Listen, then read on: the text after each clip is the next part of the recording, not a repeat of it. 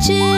விதைச்ச விதையும் இங்கு செடியா முளைச்சிருச்சு. பூவும் இல்ல காயும் இல்ல கனியாச்சு.